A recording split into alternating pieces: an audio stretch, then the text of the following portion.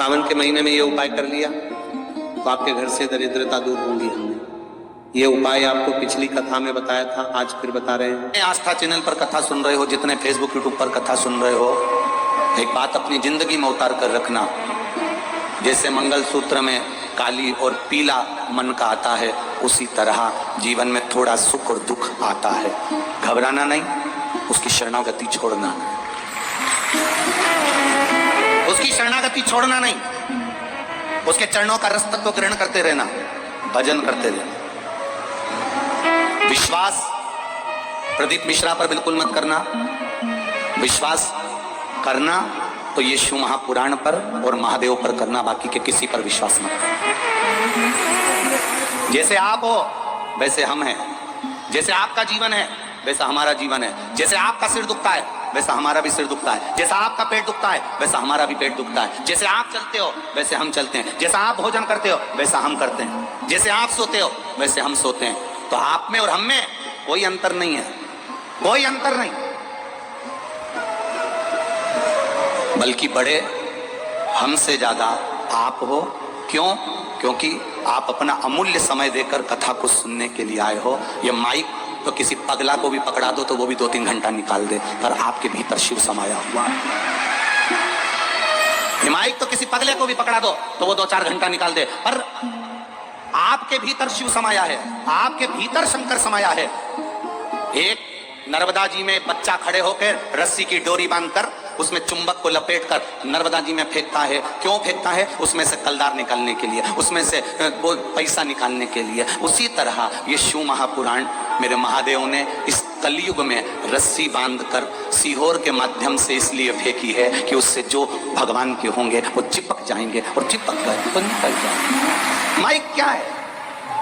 तुम्हारा विश्वास दृढ़ है। तुम्हारे भीतर जो शंकर समाया है, तुम्हारे भीतर जो शिव समाया है, तुम्हारे भीतर जो देवादिदेव महादेव समाया है, वो मूल है। कथा बाचने वाला मूल नहीं होता, कथा सुनने वाला मूल होता है। कथा बाचने वाला तो 4 पाई की चौकी पर बैठता है, और कथा सुनने वाला जमीन पर बैठता है। जो जमीन पर बैठता है वो जमींदार होता है, जो चौकी पर बैठता है वो चौकीदार होता है।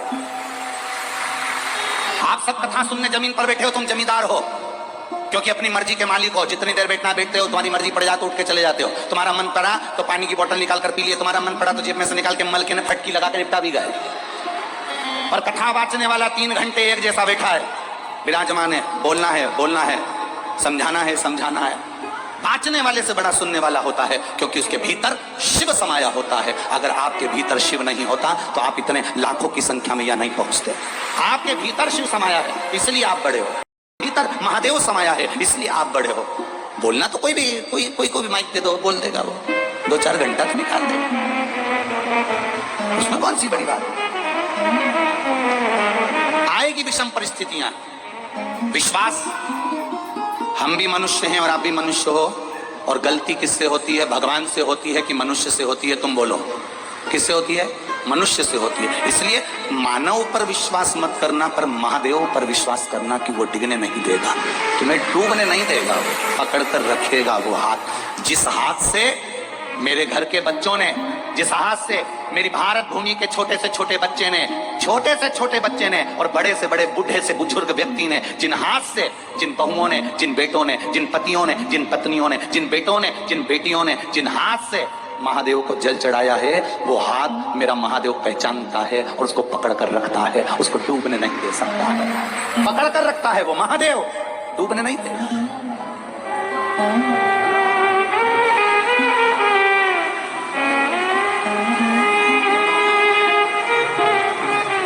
जब एक साधारण सा व्यक्ति केवल छूने से समझ जाता है कि इसकी भावना क्या है, बोलो रिजी जी सही है कि गलत है? मेरे भाई बैठे हैं, वो भी अंदाजा लगा कर बोलना। अगर किसी व्यक्ति को मात्र छुआ जाए, उससे अंदाजा लगाया जा सकता है कि इसके अंदर चल क्या रहा है, इसके मन में क्या चल रहा है, किस भाव से छुआ तूने। करेंगे दुनिया के लोग, अपशब्द कहेंगे, ताने देंगे, गालियां देंगे, आड़ा टेढ़ा बोलेंगे, उनका काम है, वो बोलते रहने दो। अपना काम है शिव मंदिर में जाना, एक लोटा जल चढ़ाना, शंकर की भक्ति करना, शिव तत्व को अपने भीतर उतारना, उसके सिवाय कुछ नहीं, कुछ नहीं। बोल बम का नारा है, बाबा एक सहारा है, उसके सहारे जियो। उसके भरोसे जियो, भरोसे।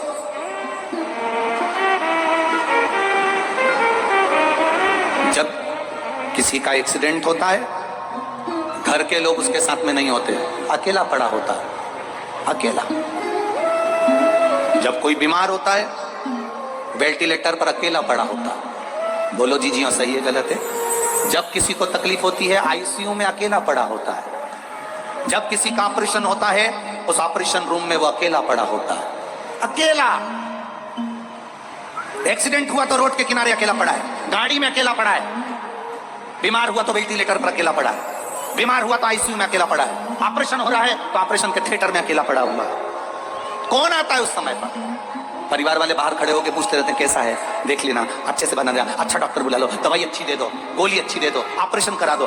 घर के लोग पैसा लगा सकते हैं, घर के लोग अच्छी दवाई दे सकते हैं, घर के लोग तुम्हारी सेवा कर सकते हैं, पर अंत समय में, दुख की घड़ी में, उस वेंटिलेटर पर, उस एक्सीडेंट की जगह पर, उस आईसीयू में और उस दुख की घड़ी में सब फोन जरूर लगाएंगे, सब लगेगा ये मेरे साथ खड़े हैं, और उस दुख की घड़ी में तुम्हारा साथ केवल तुमने जो शंकर जी को एक लोटा जल चढ़ाया है, बेलपत्री चढ़ाई है, वो सामने खड़ा है। वो अकेला मिलेगा, अकेला।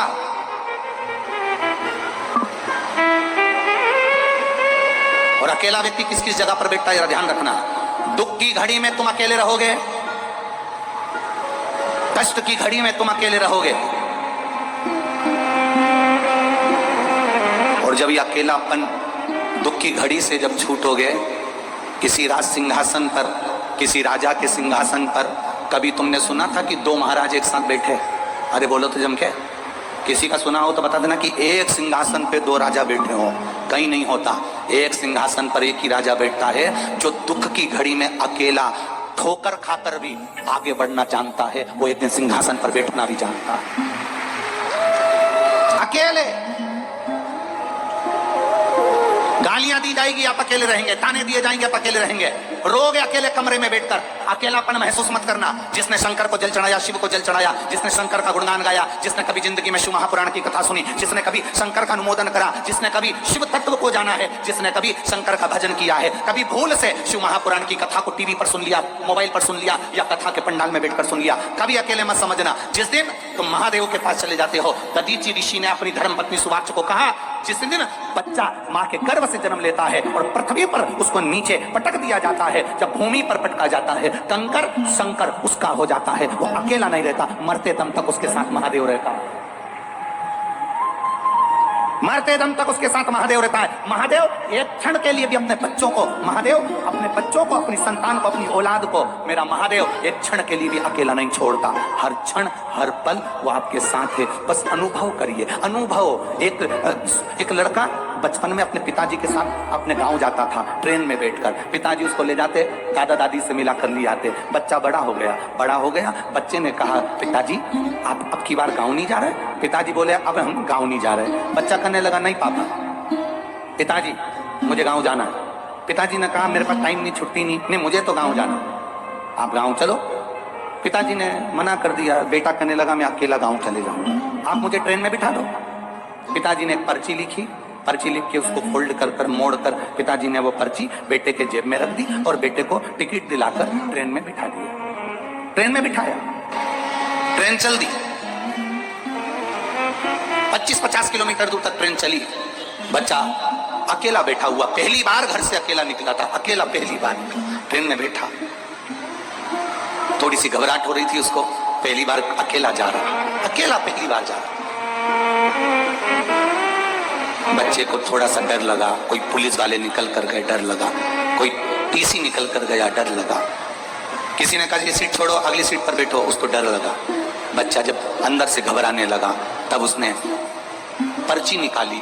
उस पर्ची को निकाल कर पढ़ा तो उसमें लिखा था, बेटा चिंता मत करना, पीछे वाले डब्बे में मैं बैठा हूं, तू आराम से चलना। पिता ने पर्ची में लिखकर रखा, पीछे वाले डब्बे में मैं बैठा हूं, तू आराम से चलना।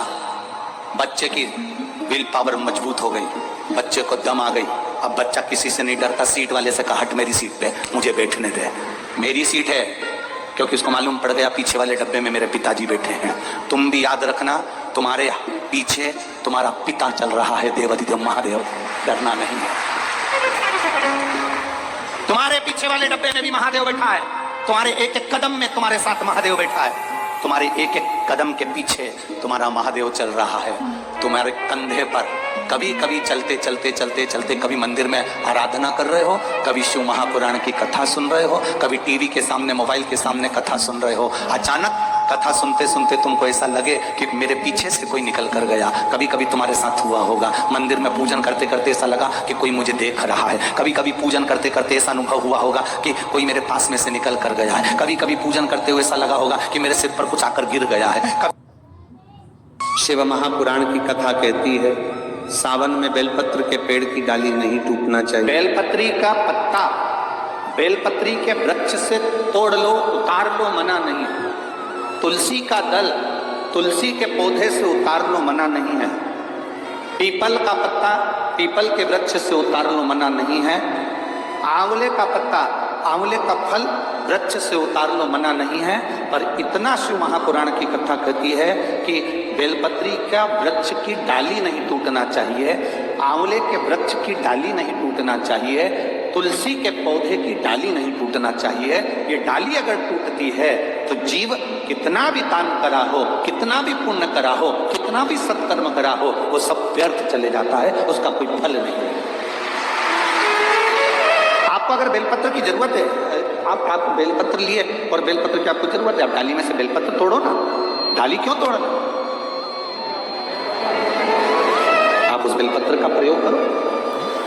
आपको जरूरत है, आप ले आओ बेलपत्री का पत्ता। एक बेलपत्री के पत्ते में क्या औषधि है? जिस दिन आप जान जाओगे उस दिन बेलपत्री के पेड़ को कभी नहीं तोड़ो। हाँ, बेलपत्री का वृक्ष सूख गया, हरा नहीं रहा, पत्ते नहीं है, हरापन नहीं है, पूरा सूख गया। बेलपत्री के वृक्ष को बचा कर देखो, पूर्ण तरह से अगर सूख गया है, तब उसकी जो जड़ निकाली तुमने, उस जड़ को निकालकर इधर उधर फेंकना नहीं, उसका चंदन बनाकर एक मुठिया बनाकर तैयार रखो।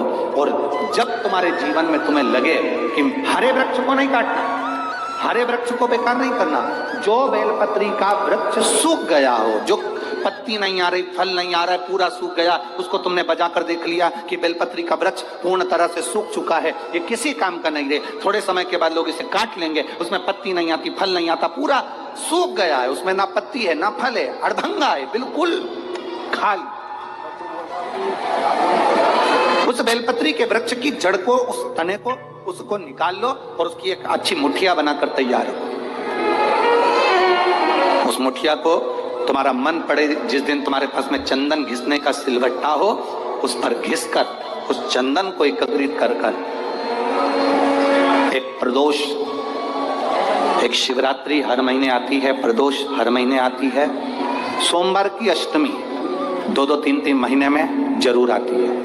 अगर आपने प्रदोष के दिन शंकर भगवान को बेलपत्री का चंदन लगाया है, शिवरात्रि के दिन आपने बेलपत्री का चंदन लगाया है, और यदि सोमवार की अष्टमी के दिन बेलपत्री का चंदन लगाया है, इन तीनों डब्बी को आप अलग अलग कर लीजिए।